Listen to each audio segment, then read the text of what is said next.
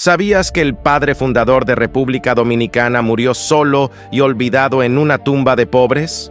Juan Pablo Duarte creó una nación entera. Luchó por años para liberar su país de Haití. Pero lo que pasó después es increíble. Sus propios aliados lo traicionaron en solo meses. Los mismos hombres que lucharon a su lado lo exiliaron del país que él había creado. Duarte huyó a Venezuela. Allí vivió 20 años en pobreza extrema. Mientras él sufría, sus enemigos gobernaban la tierra que él había liberado. Cuando estaba muriendo, pidió regresar a casa una última vez. Su propia nación le dijo que no. Murió solo en Caracas en 1876. Y aquí viene lo más cruel de todo.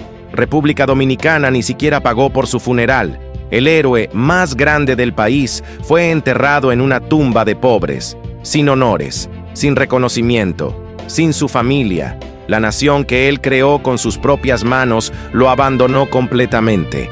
Una traición que duró hasta su último aliento. ¿Sabías que el dictador más poderoso de República Dominicana era un hombre negro que oprimió a su propio pueblo durante 17 años? Ulysses S. Carroll llegó al poder cuando pocos esperaban que un hombre de piel oscura pudiera gobernar.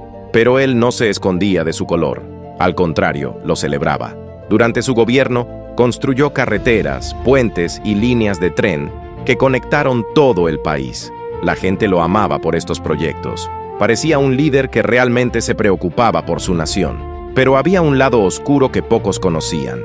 Euro vendió el país a prestamistas extranjeros. Pidió tanto dinero prestado que la deuda nacional creció como nunca antes. Mientras construía obras públicas, también usaba violencia brutal contra cualquiera que se opusiera a él.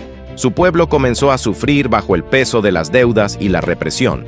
El hombre que una vez fue celebrado como héroe se convirtió en el enemigo. Al final, sus propios compatriotas decidieron que ya no podían soportar más. En 1899, lo asesinaron.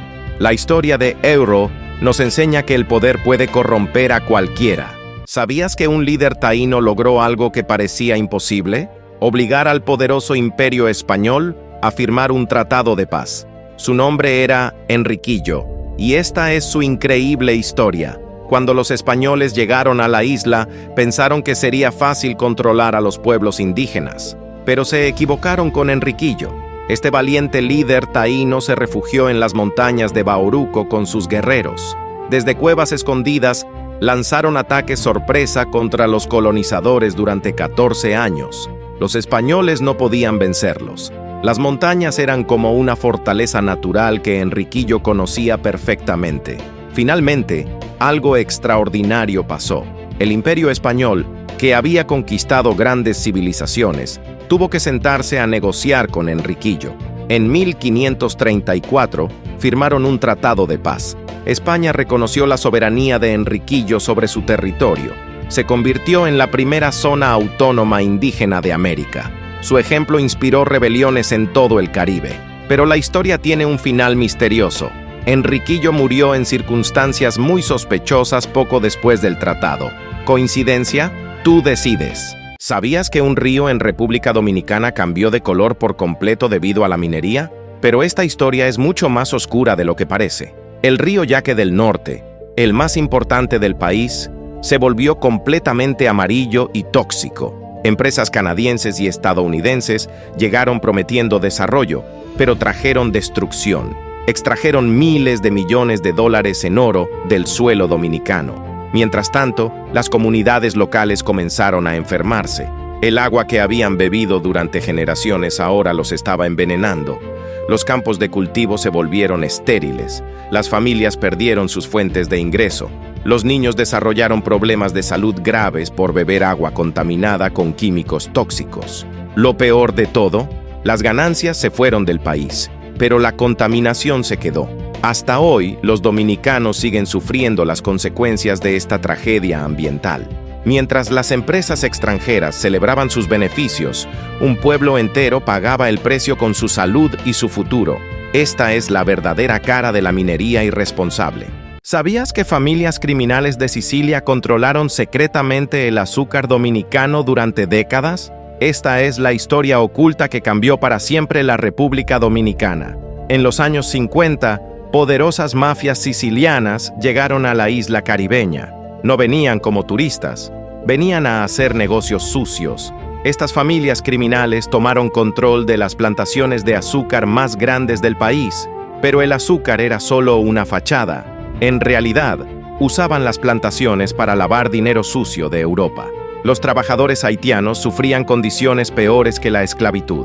Trabajaban bajo el sol ardiente sin descanso, sin comida suficiente, sin pago justo. Las mafias compraron políticos dominicanos con sobornos, compraron policías, compraron jueces. Nadie podía detenerlos. Durante 30 años, estos criminales europeos moldearon la economía dominicana con violencia y corrupción. Hoy, muchos dominicanos no conocen esta historia, pero los patrones de explotación que crearon estas mafias sicilianas todavía existen en el sistema agrícola moderno. La mafia se fue, pero su legado permanece. ¿Sabías que el presidente de República Dominicana fue asesinado por sus propios guardaespaldas? En 1911, Ramón Cáceres gobernaba el país. Era un líder poderoso que había llegado al poder después de matar al dictador anterior, pero tenía muchos enemigos políticos que querían venganza. Sus enemigos crearon un plan perfecto. No atacarían desde afuera. En lugar de eso, corrompieron a los hombres que protegían al presidente todos los días. Los guardaespaldas que juraron defender su vida se convirtieron secretamente en sus asesinos. El día del asesinato, Cáceres confiaba completamente en sus protectores. No sabía que los hombres a su lado ya habían decidido matarlo. Cuando llegó el momento, sus propios guardaespaldas lo traicionaron y lo asesinaron. Este crimen impactó tanto que Estados Unidos decidió ocupar militarmente el país. Pero lo más terrible fue que este evento creó un patrón horrible en la política dominicana. Durante generaciones, los líderes serían asesinados por las personas más cercanas a ellos. La traición se había convertido en el arma política más peligrosa del país. ¿Sabías que en República Dominicana hubo un líder político que se comía literalmente a sus enemigos? En los años 1880, Ramón Cachán controlaba parte del país como un verdadero monstruo. Este hombre no solo mataba a sus rivales políticos, los devoraba. Cachán colgaba corazones humanos en las puertas de su casa como trofeos de guerra. Organizaba rituales donde cocinaba y comía pedazos de sus enemigos frente a sus seguidores. Creía que esto le daba el poder de sus víctimas. El terror que causaba era tan grande que familias enteras huían solo al escuchar su nombre. Otros líderes se rendían sin pelear, prefiriendo la muerte rápida que enfrentarlo. Lo más escalofriante es que diplomáticos europeos documentaron estos actos en cartas secretas, pero sus gobiernos ocultaron todo para mantener buenas relaciones comerciales. Esta cultura de terror extremo marcó para siempre la política dominicana. Décadas después, dictadores como Trujillo usarían métodos similares de miedo psicológico. Cachán murió en batalla, pero su legado de horror político sobrevivió por generaciones. ¿Sabías que los dominicanos aprendieron a negar su raza negra de los propios haitianos que los ocuparon? Esta es la historia más irónica del Caribe. Durante 22 años, de 1822 a 1844, Haití controló toda la isla. Pero no fue solo una ocupación militar, fue un experimento racial masivo. Los gobernantes haitianos forzaron matrimonios entre hombres haitianos y mujeres dominicanas. Su objetivo era aclarar su propia población usando la genética dominicana. Crearon las primeras listas oficiales de razas en la isla. Prohibieron que llegaran europeos para mantener el control demográfico, pero su plan se les volteó completamente. Estas políticas raciales crearon tanto resentimiento que los dominicanos desarrollaron un nacionalismo anti-haitiano feroz. Los sistemas de clasificación racial que Haití inventó fueron adoptados por los dominicanos después de la independencia. La ironía es brutal. Los mismos métodos que Haití usó para controlar a los dominicanos se convirtieron en las herramientas que los dominicanos usan hoy para diferenciarse de los haitianos. Los ocupados se volvieron como sus ocupadores. ¿Sabías que en 1905 se firmó un tratado secreto que creó zonas raciales en República Dominicana décadas antes que Sudáfrica? El Tratado de San Juan cambió para siempre nuestro país. Las compañías azucareras americanas trabajaron con políticos dominicanos para dividir el territorio por color de piel. Crearon zonas solo para blancos alrededor de las plantaciones. Los dominicanos de piel más oscura necesitaban permisos especiales para moverse. Como si fuera poco, trajeron trabajadores de piel clara de otros países mientras empujaban a los afrodominicanos hacia tierras pobres. Los ejecutivos azucareros americanos implementaron segregación estilo Jim Crow, pero lo disfrazaron como desarrollo económico. Establecieron un sistema de pases que controlaba dónde podía vivir y trabajar cada persona según su raza. Lo más impactante es que estas zonas raciales de 1905 todavía influyen en cómo vivimos hoy. Si observas dónde viven diferentes grupos raciales en nuestro país, verás las huellas de este tratado secreto. La geografía racial de República Dominicana no fue accidente, fue diseñada. ¿Sabías que una sola línea trazada por europeos en 1697 creó dos países completamente diferentes en la misma isla? El Tratado de Ryswick dividió la española entre Francia y España, pero los europeos no sabían que estaban creando una bomba de tiempo racial. Francia desarrolló un sistema de 3 niveles en Santo Domingo: blancos arriba, personas libres de color en el medio y esclavos abajo. España mantuvo un sistema más flexible donde las razas se mezclaban más fácilmente. Los franceses trajeron miles de esclavos africanos para sus plantaciones de azúcar. Los españoles usaron menos esclavos y más trabajo mixto. Pero aquí está el problema. Las fronteras del tratado eran confusas. Nadie sabía exactamente dónde terminaba un país y empezaba el otro. Estas diferencias crearon dos culturas completamente distintas. Los haitianos desarrollaron una identidad africana fuerte. Los dominicanos mezclaron más las razas y culturas. Cuando ambos países se independizaron, estas diferencias coloniales se convirtieron en tensiones étnicas violentas que duran hasta hoy. Una línea europea, dos destinos completamente diferentes. ¿Sabías que en los años 30, el valle más fértil de República Dominicana fue escenario de una limpieza étnica silenciosa? El Valle del Yaque del Norte era hogar de miles de familias afrodominicanas que cultivaban estas tierras por generaciones. Pero el gobierno de Trujillo tenía otros planes.